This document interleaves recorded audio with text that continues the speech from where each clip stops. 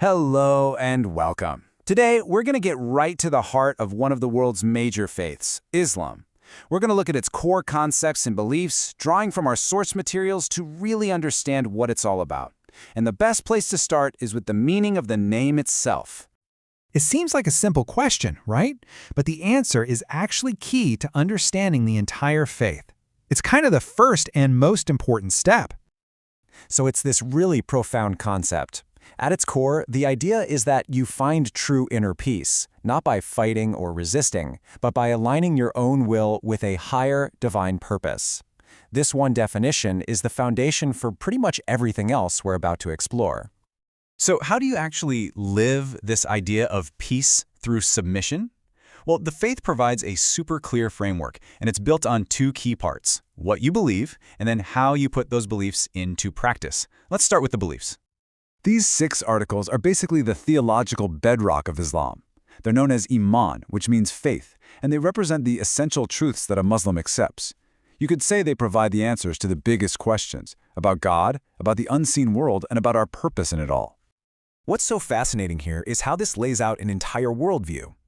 It all starts with the cornerstone, the absolute oneness of God, or Tawhid. From there, you have the belief in angels who carry out God's will, then divine books, like the Quran, that offer guidance, prophets who act as messengers, a final day of judgment where we're all held accountable, and finally, divine decree, this understanding that everything happens within God's ultimate plan. Okay, so if the articles are what a Muslim believes, the pillars are what a Muslim does. These are the 5 essential acts of worship that really translate that faith into everyday action, giving a real structure to a follower's life. And here, you can see the practical side of it all. It starts with the Shahada, the simple declaration of faith. Then there's Salah, the 5 daily prayers that create these moments of mindfulness throughout the day. You also have Saum, the fast during Ramadan that's meant to build empathy and self-discipline. Zakat, the mandatory charity that purifies your wealth and helps the community. And finally, for those who are able, the Hajj, the pilgrimage to Mecca. Together, they create this amazing rhythm of devotion and community. All right, so with that foundation of belief and practice, where does a Muslim look for guidance on how to live an ethical life? Well, the faith offers a clear moral compass, and it comes from 2 main sources. So the relationship between these two is absolutely crucial. The Quran is seen as the literal word of God, the divine text. The Sunnah, on the other hand, is the life example of the Prophet Muhammad, his actions, his words, his teachings. You can think of it as the living, breathing application of the Quran. It shows you how to take those divine principles and actually make them a way of life. And what kind of society do these sources imagine? Well, this ethical framework goes way beyond just individual piety. You've got principles like justice and equality that are meant to touch every single part of life, from fair business deals and social responsibility to even caring for the environment. Now we have to tackle a really critical and common question. This quote, which comes directly from one of our source theses, sums up a widespread perception pretty well. It's a huge point of debate, so let's see what the source material actually says about its basis in the text. And that really is the critical question, isn't it? Is this perception something that comes from the core texts of the faith, or does it come from somewhere else entirely? Our sources dig into this directly. According to the research, the Quran actually established a number of rights for women that were, frankly, revolutionary for 7th century Arabia. This included explicitly forbidding the horrible practice of female infanticide, giving a woman the right to consent to her own marriage, the right to own and inherit property on her own, the right to get an education, and even the right to have her reputation protected. And this brings us to what our sources identify as the most crucial distinction of all. On one side, you have the principles laid out in the religious texts, and on the other, you have cultural practices, local traditions and historical norms that can be really different from one society to the next. The key argument here is that these 2 things often get blurred, and cultural norms end up being mistaken for religious doctrine. This whole distinction between text and tradition leads us perfectly into our next topic. Because Islam isn't one single uniform thing. It's a massive global faith with incredible historical and intellectual diversity.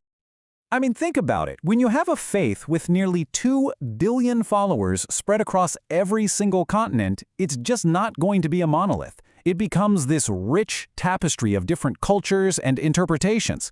And this diversity isn't some exception to the rule. It's a central part of Islamic history and its reality today. So, the main division goes all the way back to the very beginning. It was a question of succession. Who should lead the community after the Prophet Muhammad's death?